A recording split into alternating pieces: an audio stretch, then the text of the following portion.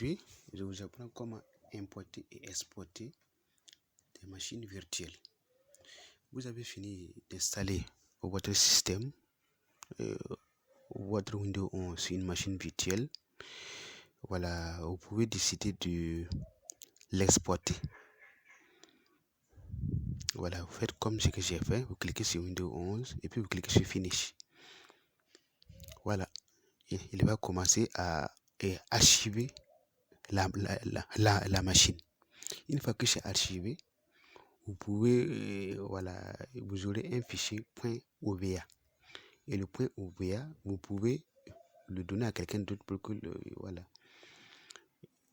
il l'utilise. J'ai dit que vous avez paramétré la machine, le processeur, la RAM, le disque. Voilà, c'est dit vous pouvez exploiter beaucoup de machines virtuelles comme ça. Par exemple, moi j'ai exporté Windows 11 et j'ai exporté aussi Debian, Ubuntu, Fedora, Kali Linux. Et voilà. Et comme mon disque n'est pas assez grand pour que j'ai plusieurs machines virtuelles comme celui-ci sur mon ordinateur, donc voilà, je les ai après l'installation,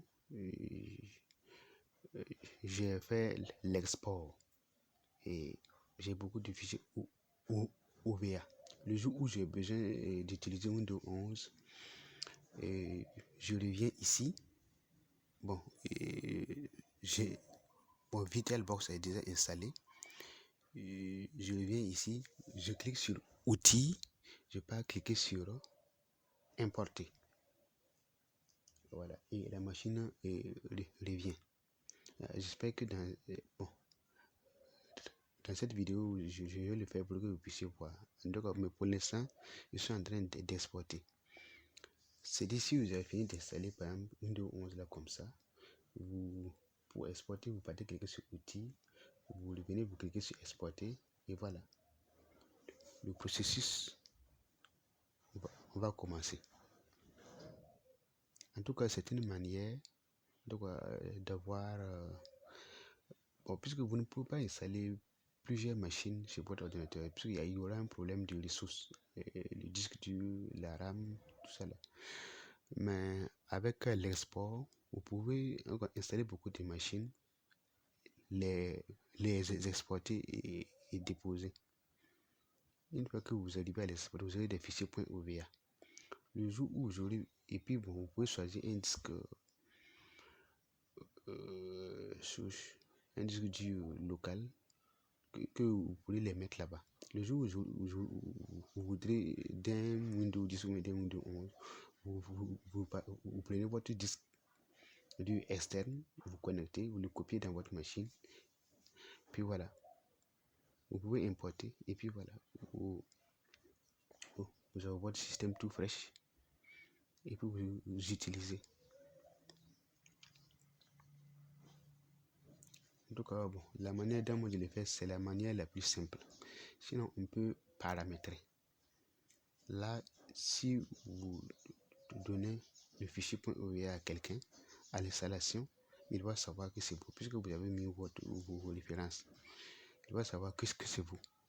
Bon, il y a des gens qui font comme ça, mais qui les mettent sur internet et puis les gens téléchargent. Bon, ils font en sorte que bon, il n'y a pas de référence à eux. C'est dit vous téléchargez seulement et puis vous utilisez. Mais certains paramètres, ils mettent les références pour que vous puissiez savoir que c'est eux. Donc il y a des gens qui vendent. Au lieu de s'asseoir et installer un système d'exploitation, non. On ne fait pas ça. On installe VirtualBox, on cherche le fichier .ova, on l'importe. Voilà, et on a un système sur sa machine. Donc dans cette vidéo, il reste jusqu'à la fin, vous allez tout voir. Donc moi j'ai allé au plus simple. C'est dit d'abord je suis en train d'exporter. Et à la fin, je peux décider de supprimer ça, de supprimer cette machine virtuelle Windows 11 là. Et importer un autre système que j'ai déjà exporté. Je dis bien importer un autre système que j'ai déjà exporté comme je suis en train de le faire. Voilà. Donc c'est très bon. Si vous aimez les machines virtuelles comme moi, si vous aimez tester beaucoup de systèmes comme moi, donc n'hésitez pas à adopter cette solution-là, l'import et l'export. Donc sur ce, je vous laisse suivre. Et surtout, abonnez-vous pour m'encourager à vous donner plus de vidéos. Donc, si vous vous abonnez, vous activez toutes les notifications. Et pour mes prochaines vidéos, vous serez averti. Vous serez averti et puis vous pourrez suivre ce que je vous ai proposé. Donc, sur ce, on attend la fin du set export. Et à la fin de cet export, vous allez voir mon fichier.ova. Et cette machine Windows 11, je peux l'enlever et aller cliquer maintenant sur importer pour importer une autre machine. Voilà, donc que ce soit une machine Linux ou Windows, ça marche. Les machines Linux, il y a Ubuntu, Fedora, Debian, Kali Linux, Parrot Security OS. Voilà, et il y a plein de distributions.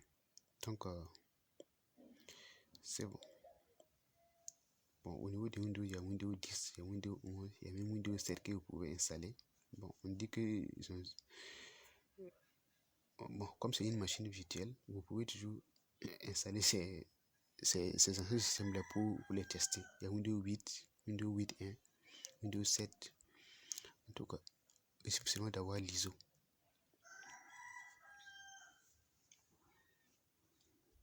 En tout cas, pour créer une machine virtuelle Windows 11 avec VirtualBox, vous n'avez rien à faire. Il suffit seulement de vous créer, il va vous imposer ces conditions, c'est-à-dire au moins 80 Go de disque dur, 4 Go de RAM, 2 corps de processeur. Et c'est bon. Donc, ça prend un peu de temps.